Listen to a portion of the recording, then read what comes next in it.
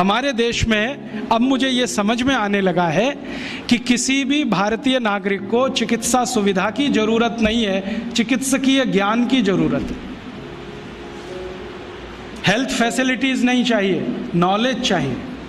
Knowledge की बहुत कमी, और इतनी कमी है कि पढ़े लिखे लोग उससे ज़्यादा पीड़ित हैं। छोटी छोटी बातें नहीं जानते। पानी को उबाल के पीना, ये इतनी छोटी सी बात है, लेकिन आज के समय की बीमारियों में सबसे इफ़ेक्टिव है, खासकर 3 महीने की ये जो।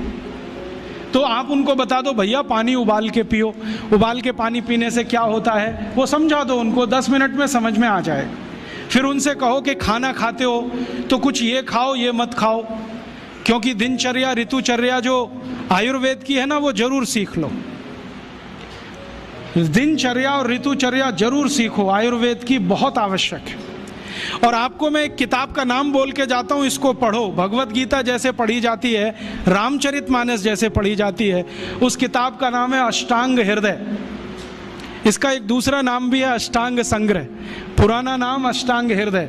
ये किताब का जो स्वस्थ व्रत है ना, वो ऐसे पढ़ो जैसे आप धार्मिक पुस्तक पढ़ते हो, और उसको बार बार पढ़ो तो याद हो जाएगा, कंठस्थ हो जाएगा। उसमें 2000 सूत्र हैं। ये सूत्र लोगों को बताना शुरू कर दो। छोटे छोटे सूत्र हैं, जैसे खाना खाने के बाद पानी मत पियो, स्वस्थ रहना है जिंदगी भर तो खाने के 1 घंटे के बाद पानी पियो।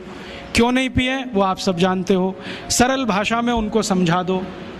फिर उनको बोलो पानी पियो तो घूंट भर भर के पियो, सिप करके पियो, ताकि ज़्यादा लार शरीर में जाए, वात पित्त कफ तीनों संतुलित रहे। ठंडा पानी कभी मत पियो।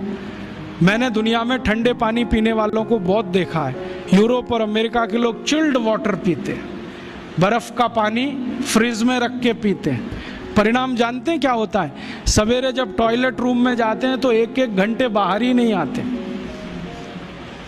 उनको पूछो भाई तुम क्या कर रहे थे 1 घंटे वहाँ?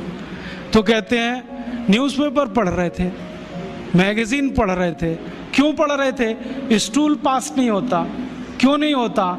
कॉन्स्टिपेशन है, जोर लगाना पड़ता है फिर भी नहीं होता।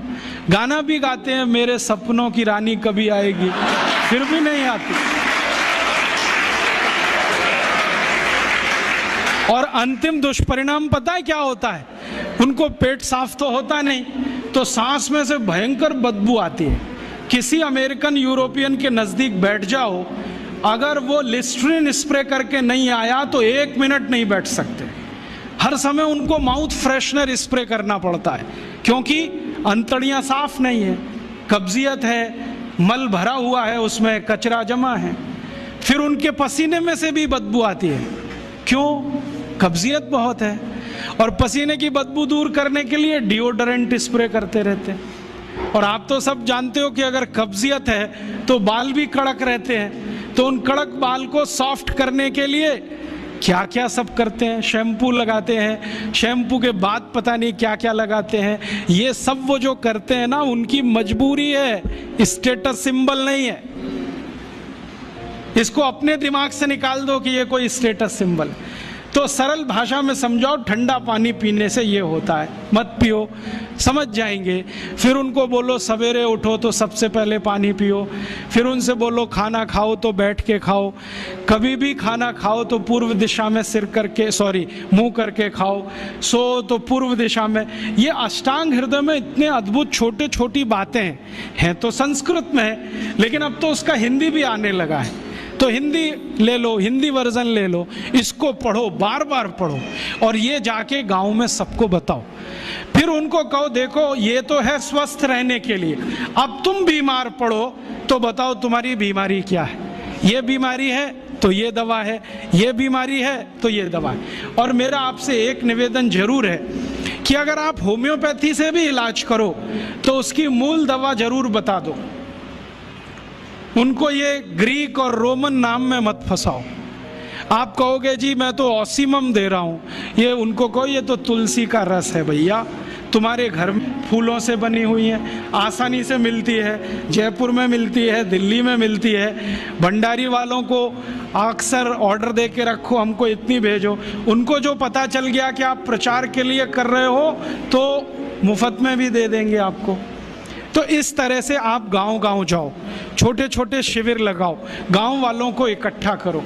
गांव वाले बहुत दुखी हैं, शहर वाले भी दुखी हैं, वैसे तो वो दुखी हैं। इसका यही सबूत है कि रामदेव जी आए जयपुर में सवेरे 4 बजे तो सब लोग पहुंच जाते हैं वहाँ, पैसा भी देते हैं, समय भी देते हैं। और 4 बजे रामदेव जी कहें टांग ऊपर उठा लो तो उठा लेते हैं, कहें सिर नीचे कर दो तो कर लेते हैं, ऐसे कर लो तो कर लेते हैं। क्यों?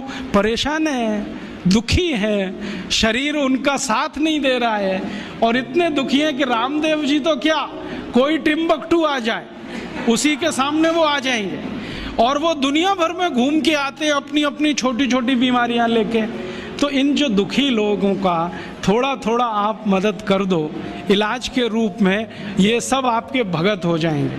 और ये भगत हो जाएंगे तो कहो आप भी प्रचार करो इसका, वो भी करें, आप भी करो, तो ये इतना तेजी से मल्टीप्लाई करेगा कि 2-5 साल में एलोपैथी का बाजा बज जाएगा। और बजा देना है अपने को। हाँ, ये संकल्प लेके चलो कि इनका बाजा हमको बजाना है। मैं बहुत जल्दी एक टीवी चैनल शुरू करने जा रहा हूँ एलोपैथी का बाजा बजाने के लिए। इनकी सब पोल खोलनी है मुझे। हाँ, इनकी इतनी पोल हैं मेरे पास, कम से कम 1,500 से ज़्यादा डॉक्यूमेंट्स हैं जो एलोपैथी के गंदेपन को सिद्ध करने वाले हैं, इनकी निकृष्टता को सिद्ध करने वाले हैं। ये कितने अनसाइंटिफिक हैं वो बताने वाले हैं, कितने डॉगमेटिक हैं वो बताने वाले हैं। मेरे पास ऐसे बहुत इंटरव्यूज हैं बड़े बड़े डॉक्टरों के, वो कहते हैं कि हम कोई डायग्नोसिस नहीं करते, तीर मारते, लग गया तो ठीक, नहीं तो तुक्का। और वो कहते हैं हम तो एक ही सिद्धांत पे काम करते हैं, trial and error, trial and error, देते जाओ गलतियां करते जाओ, देते जाओ गलती, भले मर जाए पेशेंट उसमें। हमारे पास तो कम से कम ये नहीं है ट्रायल एंड एरर वाला। हम तो जानते हैं कि तुलसी है तो उसके ये गुण हैं तो ये रिजल्ट आना ही चाहिए, मेथी है तो उसके ये गुण हैं तो ये रिजल्ट आना ही चाहिए। हमको सब मालूम है, फिक्स है, यहाँ वेरिएशन नहीं है। मेथी के जो रिजल्ट चरक ऋषि को मिले वो आज भी मिलते हैं। इसमें इतना सातत्य है, वेरिएशन कहीं भी नहीं है। तो जो विज्ञान में सातत्य होता है, सत्य ज्ञान वही होता है। तो हमारे पास जो सत्य ज्ञान है